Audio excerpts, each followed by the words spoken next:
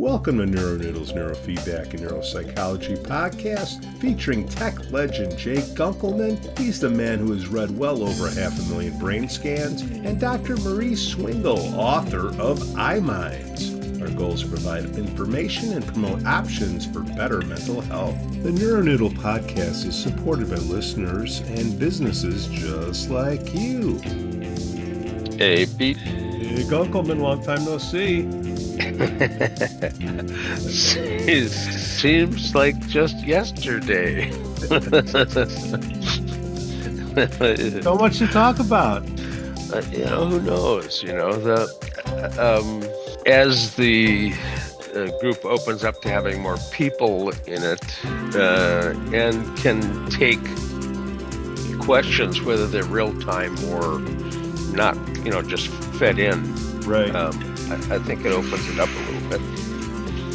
Well, we're going to make a mess and then clean it up quick. Well, if you're not upsetting somebody, you're not doing anything, You make everybody happy, you make nobody happy. Yeah. So anything on your mind from the links or any afterthoughts from our last chat to tease the people to go listen to it whenever we put it out there? We did discuss the slight change in the angle of the head, and I've seen online rather dramatic turning of the head where it had quite the entry. Yeah. All the details of what kind of bullet, which we don't really know, and the exact nature. Now, if it's just nicking the ear and he turned his head only just a little bit, you'd probably just catch the lateral aspect of the front. But if he turned it, substantially, that you could lose the entire back of the head. Again, depending upon the kind of bullet. Right. Even depending on the bullet, just nicking the ear could have taken off a lot more. So. Well, it's a mental health podcast, so we talk about what the bullet could have done to Trump, and then we say, hey, the person was disturbed, he was bullied or whatever, and there's a mental aspect to that too. Yeah, people don't want to hear that, but that's what's going on. The intent. Yeah, Everybody's trying to take away the guns, but we still have the intent. You take away the knife, okay? You take away the knife. You take away the baseball bats. What do you? You got to wear mittens. Well, if you trace it back to his being bullied, there are a lot of people that are bullied that don't end up with the same outcome. Yeah. It requires an intervention, however. The ACEs, the adverse childhood experience score things, they're in their model of that whole experience. You end up with a damaged child unless there's one critical person intervening or more. But it takes that, and without that, you're left with damaged goods. Hi, Dr. Marie. Guess what we're talking about? Yeah, I've been hearing. I've been having, quite an interesting morning with internet and cameras. So, hello, gentlemen. Your topic is much more interesting. Darn technology. Oh my, the whole system just went down. Yeah. So, but jumping in, because I have been hearing, all of this is just absolutely tragic. The rest of the world is watching what's going on in the US in terms of the gun laws, the no focus on mental health and blaming everything on mental health. I think everybody has to be really careful about over politicizing things, but in terms of the way Trump has charged the nation in terms of promoting verbal aggression as well as physical aggression. I think, the irony is now seeing this bestowed upon him, not to lessen any of the impact or not to say, you know, we told you so, but, you know, you don't have to be a psychologist to figure out how and why these things are happening. But it's kind of, I would say, sociologically interesting that it's now happening to the individuals who are actually directly and indirectly not taking care of this, dare I say, promoting it, you know? Again, it doesn't, you have to be so careful the way you speak about these things, but nobody is surprised Yeah, outside of the US. an international view of it in the United States. Uh, Gun violence and politics are an endemic problem. It's not new. Yeah, Reagan, I mean, you name it. There's a whole bunch of people that have been shot at, and Lincoln. some hit, and some killed. Right. yeah. So, um, And it's usually a problem of quote unquote lesser organized, less democratic nations. The US is the major exception to all of this, and how the US cannot put that lens on themselves to try and resolve it. yeah, It's a bane of first world countries, you know, in terms of also the leadership that role that the US has. I mean, the world is not frightened of America being greater again. The world is frightened of the lack of attention to the true issues that are being come up yeah. or that are coming up with this group in power. We got a lot of advertising going on. We haven't talked about that. I mean, why are people fired up? Because they're being presented with something that's going to fire them up, usually something Yeah. negative. If the Yeah, news was yeah, yeah, filled with everything that was positive, nobody would watch the news, and we're just yeah, wired yeah. that way. So it's messed Yeah, up. it's interesting, you know, even in terms of what we're seeing internationally, you know, what's being seen and what isn't being seen. Yeah, I mean, you have to dig deeper to see that anything else is going on in the world politic, never mind in the US politic. This is not a fair race. There just seems to be this hijacking all the time of the attention. You know, hello, the attention economy. Many of us have written about this. We've been writing about it for 20 years now. On the bullying side, what's is that PTSD? I know we talked about it, you know, on the last show, but I want to get to the heart of what is going on in the person that's being bullied, and why is the person doing the bullying? What's going on in the brain to help understand it? Is it PTSD? I don't know. Well, Mm, bullying is going to give a person a traumatizing experience, and trauma is registered. As Bessel van der Kolk's book says, the body keeps the score, and you end up with changes, not just in the peripheral body, but also in the body of the brain. And the area that perceives emotional perception ends up having changes that actually dull your perception of emotion, perhaps in a self-protective way, but yeah. it's not adaptive long term. Mhm. And you can end up having a lack of perception of your impact on others if you're dulled out as well. So your behavior becomes less acculturated. But quite often, somebody that's been traumatized and has not had an intervention, Pete and I were mentioning the ACEs, adverse childhood experiences, an intervention for somebody who's been traumatized can change the course. But without an intervention, you may end up having an obsession with revenge. Yeah, And yeah. obsession is driven by the anterior cingulate, and it's hard to break that off. In fact, if somebody has an obsession and you try to change their motivation from their obsession, the limbic system perceives that as a threat to their existence, and you can expect a violent reaction. Oppositional defiance, where they're explosively reacting to something simple, little Johnny, go play with the other kids over there instead of with the little truck you're playing with. Well, when little Johnny picks up the truck and throws it at the teacher and tries to attack him, well, what the hell was that about?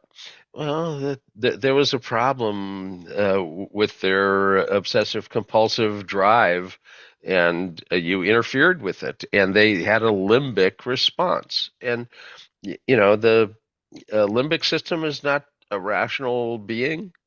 If you can't figure out the motivation underlying his action based on some specific treatise that he written or something, some of these people do those sorts of things. This may have been impulsive as well. And one of the things we're very familiar with is the bully that's been silenced or quieted. So the bullied. So these are the individuals that acquire hopelessness and worthlessness, who don't fight back, become extremely passive. We see this in transgenerational trauma, et cetera, et cetera. We're all familiar with that component. I would say that the quote unquote vengeful um, uh, vengeful victim or vengeful bullied, I'd say that group is growing simply because of means, if that makes any sense. You would have people plotting and planning, but they never quote unquote had the means. And I would say we can even loop this into what we were talking about last week in terms of suicide. Why do people actually finally commit acts of violence against self or others? It's when they have the energy and the means. So I think going back to the US, your major problem is the means, okay? And I think the other major problem is the motivation. I think, we can't blame everything on gaming, but there's certain forms of gaming where you kind of give ideas of motivation. You also give ideas of identification and alignment. So essentially, a lot of these thoughts become magnified, and that loops right back into what Jay was saying, that these activated areas of the brain with no restrictions on them, and then individuals have means. But before we move on to the next one, my issue also is with the quote unquote bully. Okay. We talked about this last time as well. We admire confidence over competence. We admire negative power, okay, over quote unquote good people. A lot of good people are seen as passive or weak. I think there's a cultural identity issue in terms of who we value and why we value them, and who how do you deal with the quote unquote bullies? We've had that weird pendulum swing though, where somebody goes boo and you're a bully and you're sent to the principal's office. So I think we've got to get a lot of lenses on this, get firmly back in the middle, look at the phenomenons without going too far on them, but get on this, and take away the means. I mean, the big one. Yeah.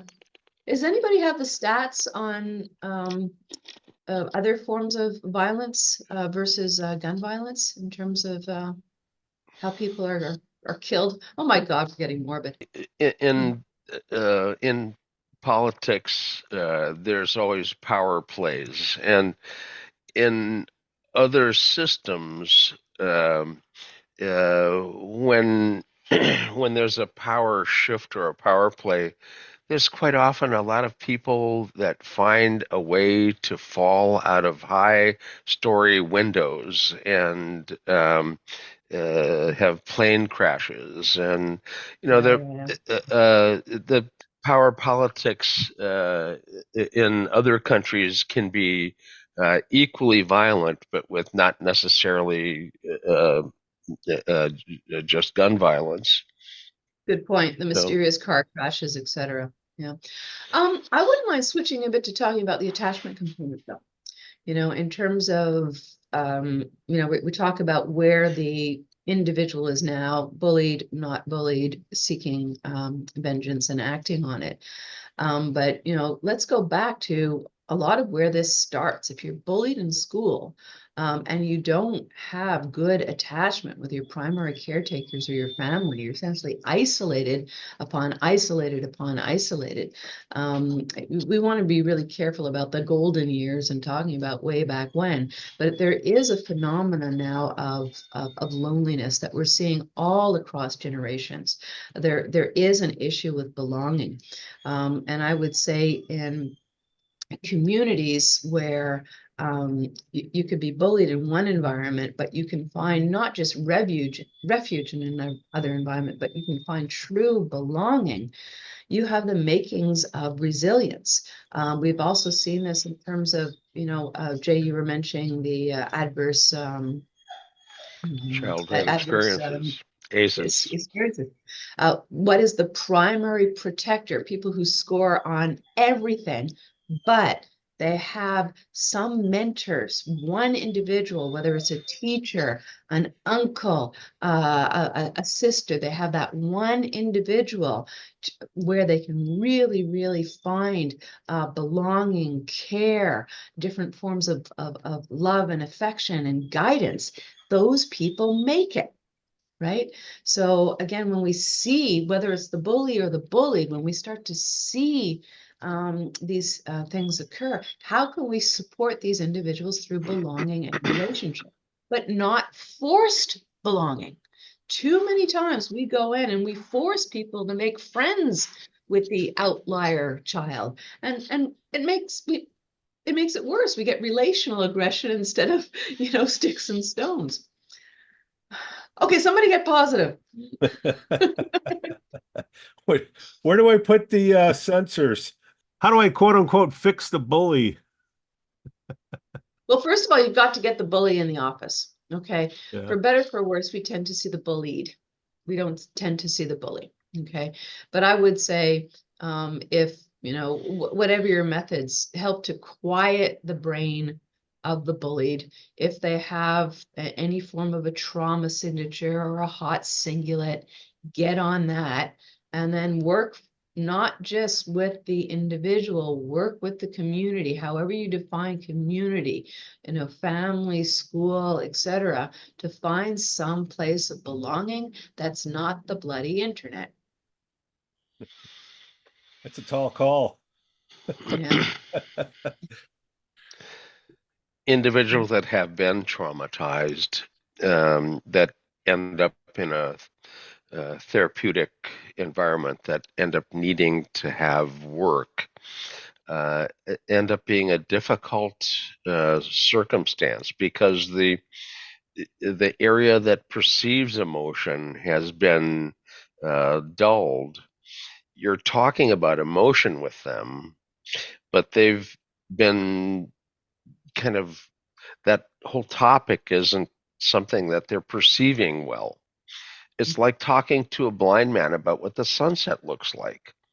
Oh, it's red. Oh, okay, it's red. Mm-hmm.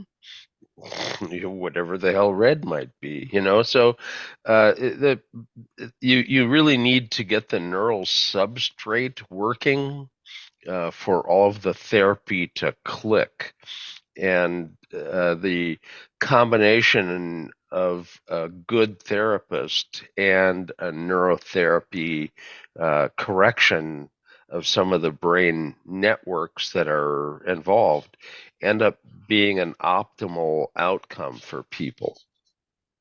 You talk therapy can be going on, and the neurotherapy is happening, and they kind of are aware of the fact that neurotherapy is happening, and suddenly there's something that happens dramatically in therapy, and they ask the neurotherapist, what have you been doing over there? There's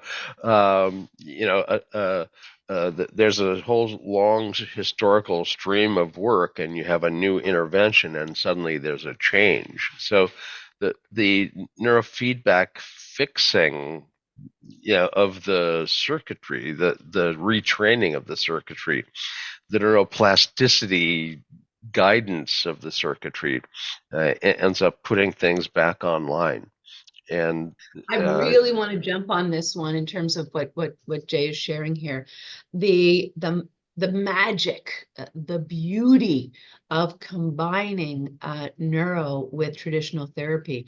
I would say under these circumstances, a neurotherapist that is also the perfect combination of somebody who is qualified in neurotherapy, but is also qualified in counseling or psychology. It's a magic combination because you can be working on the brain, but in waiting for the therapeutic moments. One of the key issues, especially with the bullied, is not wanting to talk, not being able to talk, not feeling safe. Those networks are shut off, as Jay has said. But if you are sitting with this individual, operating the systems, doing the neurotherapy, not forcing a child to communicate at any point. You can also actively be tasking, whether you're reading together, writing together, drawing together, what have you.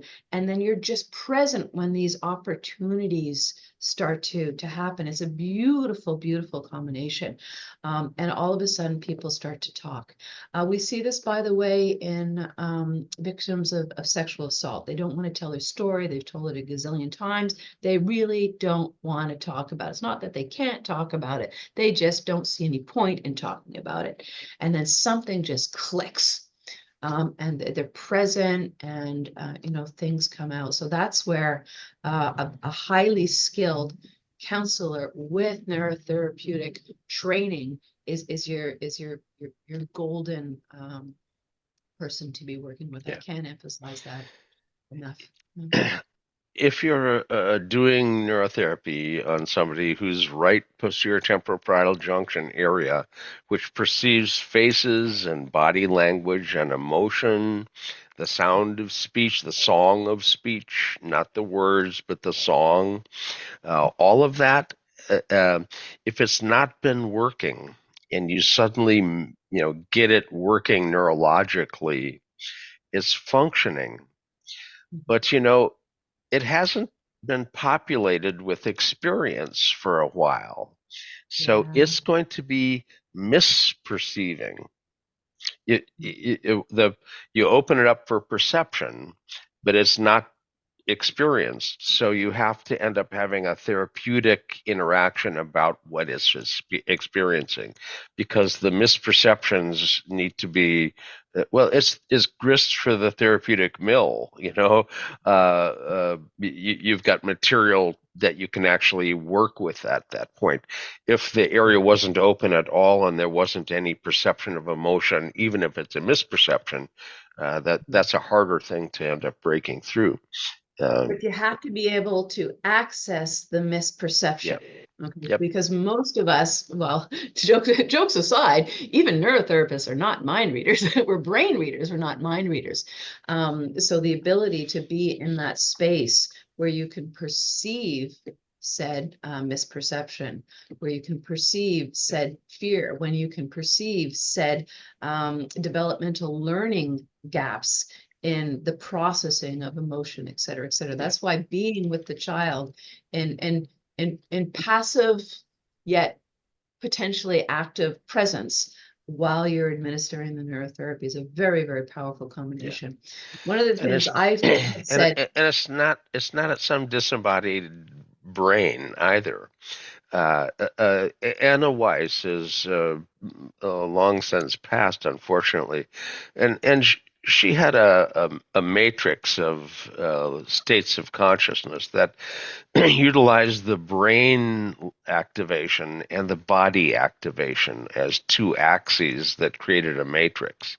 And she used electrodermal, like the galvanic skin response, which is not the current term. Electrodermal is the more current term, but nevertheless, it's an electrical measurement of the sympathetic nervous system's response. Really, quite an active, dramatic system. It's not a subtle fluctuation as a signal. If you're hooked up to an electrodermal display that makes a sound or makes a meter move, and somebody touches you, about 2 seconds later, you actually have a response. to an unexpected touch, or if somebody whispers something in your ear, or a topic is brought up in couples therapy, that's a sensitive subject. If the person has a response, it's a dramatic response. So the body and the brain together basically make up this matrix, and the neurotherapy folks that skip paying attention to the body itself. You can do heart rate variability as sympathetic and parasympathetic, but you need to deal with the body, not just the brain. And it's all too common to see people focus on just the brain. Now, Yeah. somebody may actually have an adverse reaction. That's a body-based reaction, and you don't see it in the brain, and you wonder why the neurofeedback session went bad. And we need to look at the entire person, not just one metric. It's an unfortunate mistake. Yeah, I And mean, not too long ago, it used to, you couldn't find a neurotherapist that also didn't do biofeedback. In fact, we were all biofeedback. We were just brain biofeedback or body biofeedback, and most of us completely integrated. I'm not sure the bifurcation of the disciplines is the way we should be going. I'm happy to see that it's starting to reintegrate again. But yeah, good. Thank you for bringing that up, Jay. We can't forget that. And there's it's so simple. You can do temperature. You can do temperature, galvanic. The echodermal response, you can do breathing, you can do heart rate. I mean, all you need is one sensor. You don't need the whole five. Just something, or even just some muscle tension somewhere in the neck, on the face. Good old EMG. How come we don't have EMG? We have art. EMG is kind of a long forgotten Yeah. application, and it's actually really quite powerful. Most of the EMG biofeedback people try to tie themselves back to Basmagian as the person who they end up learning from. But before Basmagian, who was a subject in a study, and he could create with a needle electrode stuck in, he could create drum rolls and repeat whatever pattern you tapped. He would put it back with EMG spikes. So, but he was a subject in a study. Dr. Whatmore, George Whatmore, in the 1950s, had to build his own amplifier to end up measuring the microvoltage of the EMG, and he had to integrate it. So he had the first integrative nerve voltmeter, so he could actually quantify the EMG. And he had 25-year follow-up studies about the time that in the 1960s and 70s, the people who thought they were early in the the EMG biofeedback training world, Whatmore actually had long-term outcomes. He wrote a very nice book about the pathophysiology and treatment of functional disorders, focusing on EMG feedback. And he wrote the book with his engineer, Daniel Coley. But their work basically showed muscle tension pattern differences with different psychiatric presentations. So a very interesting work, and the EMG feedback you'd think would be just very, very simple, but it's not.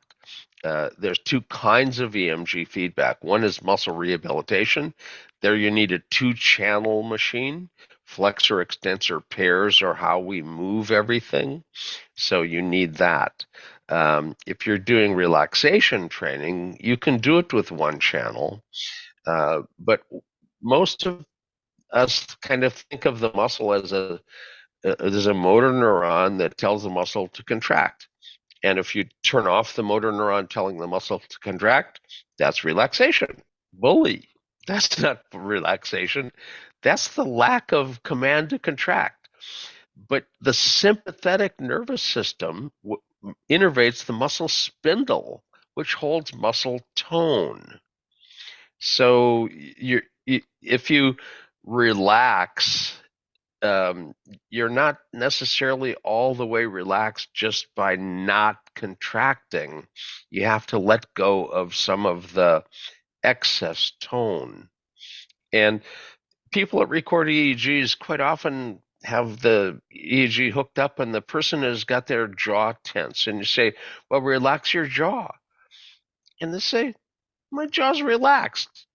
Well, relax it more.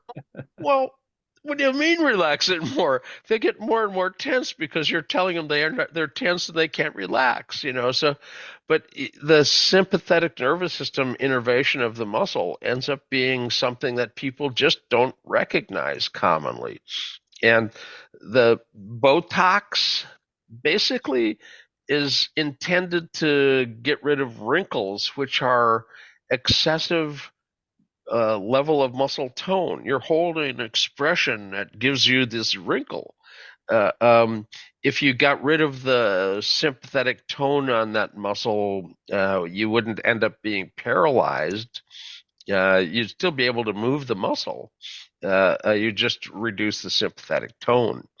And there actually that there's a product that was produced. The neurologist got it to the second level of the FDA approval and sold the patent and everything for it to a drug company. But there's a syringe with a sympathetic blocking agent in it. The syringe is wired up. It's all insulated except for the very tip of the needle. And they put the other end of the circuit on your arm or leg, and they'll stick this syringe into your muscle. And when it touches the muscle spindle, they hear it fire and the little speaker, and then they go boom, little touch of sympathetic blocking agent, boom, the sympathetic tone is gone. So they turn off the muscle tone, but you can still move the muscle. In Hollywood, it's obviously way too expensive to do this for most people. I mean, Botox is probably too expensive for most people, but this is extremely expensive. You got a freaking neurologist on the end of that needle. This isn't an easy thing to do. And so it's expensive. But in Hollywood, the joke is you see the same exact face: angry, sad, happy, shocked, whatever. It's the Botox face. You can't emote. Yeah. But if you can still move the muscle, you can emote. So this was, though extremely expensive, there's people making Botox good is money on adding it. up. Some people are doing this every 3 months now, and the whole big thing is the preventative. Again, don't get me going on a rant on another day. Hey, guess what? When I was trying to fix our internet, look what I found. Remember these old things, Jay? Oh my goodness. Yeah, I was digging around. But yeah, going back to like just simple little breathe, like long before quote unquote HRV, you know, Yep. measuring your pulse, and then you do a breathing pacer, and look how simple things Yeah. used to be. Does this go back And 1980s, 1990s? It's an oldie, a real oldie. yeah, and now you can actually put your finger over top of the camera on your phone and they can pick up the same kind of data. Yeah, yeah. So, So it um, doesn't have to be complicated. It just does yeah, not have to be complicated. Yeah. Cool. yeah. The difficulty is that they call it peripheral feedback. Mm. Peripheral to who? you know, I mean, I think this part of me is part of me. What am I? I'm. I hope I'm never a brain in a jar. With I don't know, electrodes Jay. going out of I'm it. working on it, Uh, Jay. People are going to want to Nah, slice It'd be right on nah. that shelf. I have the PULST DNR on myself, and I'm very appreciative of the doctor in Switzerland who has the device that you can step into now and answer 3 questions, and the device will turn on. If you hit the button, you're gone pretty darn quickly. You know, a painless exit. Basically, just flushes the chamber with nitrogen, so you go hypoxic and pass. Within 30 seconds, you don't have enough oxygen to live, and within 10 minutes, your body's gone. So there's no recovery. So anyway, it's legal in Switzerland, and with this device now, it's going to be a lot less expensive. And Dr. Marie, I was going to ask you about the kids and their moms that have the Botox. What happens to those kids? Well, And why am I it's asking absolutely that? basic. You know why. You've heard me talk on this I know, before, but the but listener hasn't, so go ahead. yeah, I know. Yeah. No, it's absolutely critical. You know, if you think of from 0 to 3, okay, you're talking about primary attachment.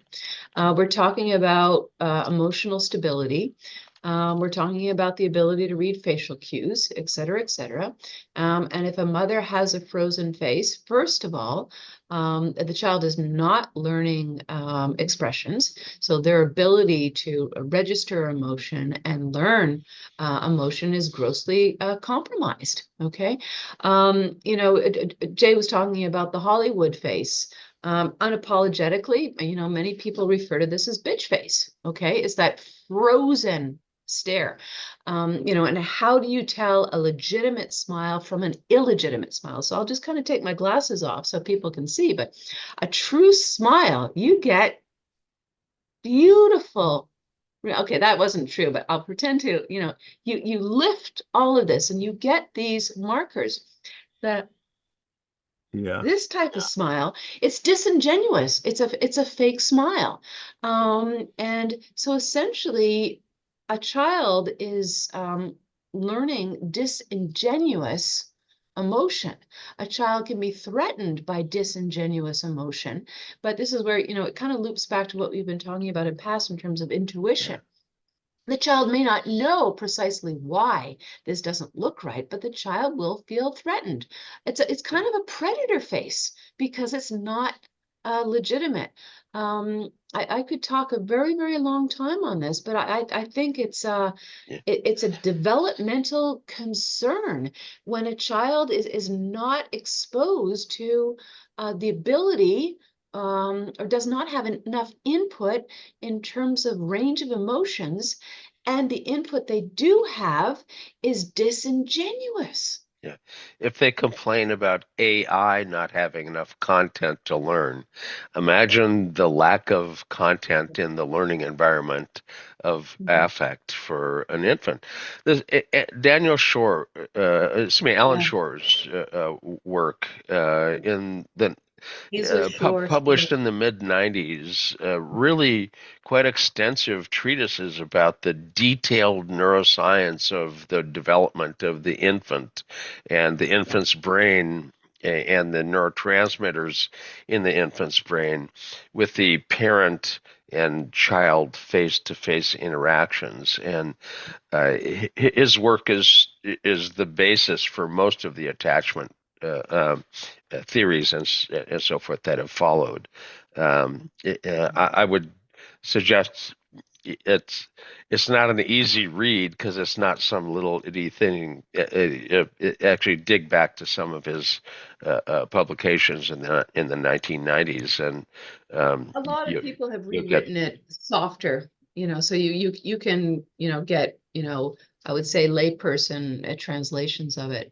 But yeah, if you also look at most of the games that we play with infants, Peekaboo is the example I always say, you know, we're teaching them range of expression. You know, we cover up and we smile, we cover up and we go boo, we cover, you know, we're teaching them presence, we're teaching them continuity, we're teaching them safety.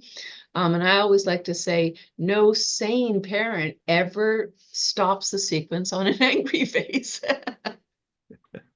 You What know, what but about you have the to. duck lips? What is that?